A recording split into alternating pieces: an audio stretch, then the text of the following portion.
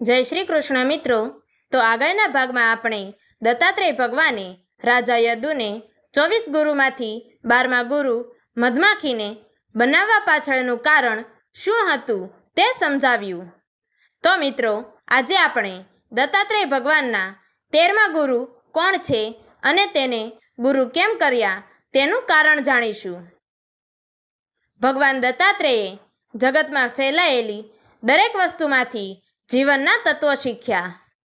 તેમણે માત્ર મનુષ્યને નહીં પણ પશુ પંખી જીવજંતુ અને કુદરતી તત્વોને પણ પોતાના ગુરુ તરીકે સ્વીકાર્યા હતા। એવા 24 ગુરુઓમાંથી એક છે હાથી। તો ભગવાન દત્તાત્રેયે હાથીના સ્વભાવમાંથી કઈ શિક્ષા મેળવી હતી તે જાણીશું। હાથી એક શાંત, શક્તિશાળી અને બુદ્ધિશાળી પ્રાણી તરીકે ઓળખાય છે।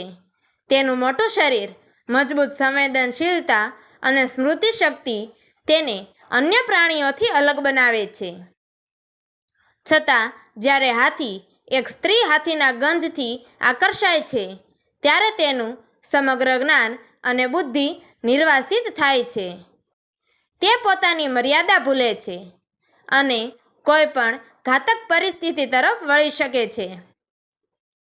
ભગવાન દત્તાત્રેય રાજા યદુને કહે છે કે મેં હાથીના આ વર્તનમાંથી ઇન્દ્રિય સંયમ અને વિષયાશક્તિથી બચવાની અમૂલ્ય શિખામણ મેળવી।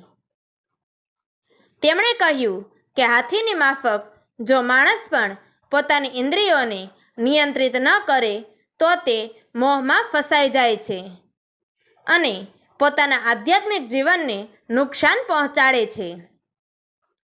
હાથી સામાન્ય રીતે શાંત અને મજબૂત પ્રાણી છે, પરંતુ જ્યારે તે સ્ત્રી હાથીના સુગંધ દ્વારા આકર્ષિત થાય છે ત્યારે તે પોતાનું મોટું શરીર, બુદ્ધિ અને શાંતિ બધું ભૂલી જાય છે। વનમાંથી તેનું ધ્યાન ખેંચાઈ જાય છે અને તે મનુષ્ય દ્વારા બનાવેલા ખાડામાં પડી જાય છે। મનુષ્ય તેને પકડીને લઈ જાય છે, બંધનમાં રાખે છે અને પોતાના હિત માટે ઉપયોગમાં લે છે।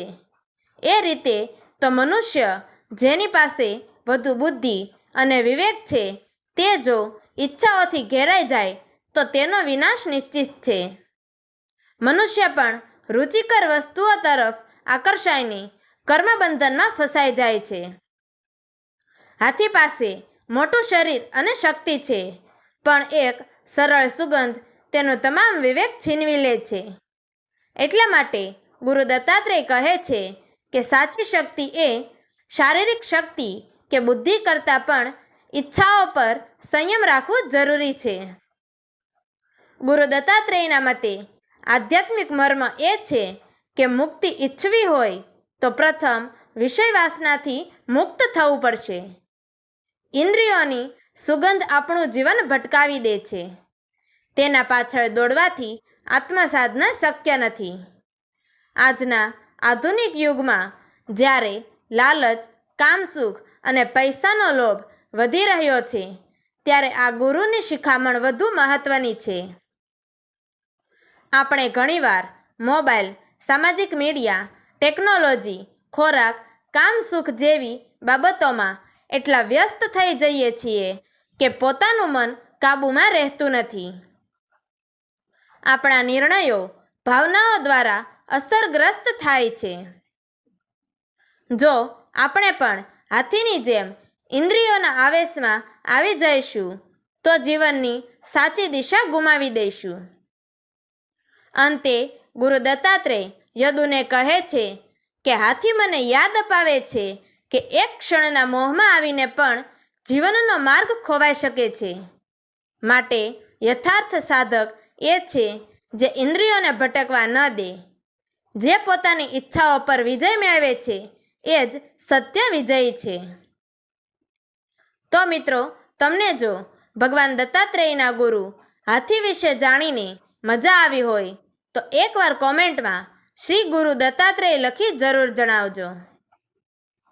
તો મિત્રો, તમને અમારી આ વાર્તા પસંદ આવી હોય તો અમારી ચેનલને લાઈક કરજો, શેર કરજો અને દત્તાત્રેય ભગવાનના 14મા ગુરુ કોણ છે અને તેને ગુરુ કેમ કર્યા તે જાણવા માટે નીચે આપેલા બ્લેક બટનને ક્લિક કરી અમારી ચેનલને સબસ્ક્રાઈબ કરો.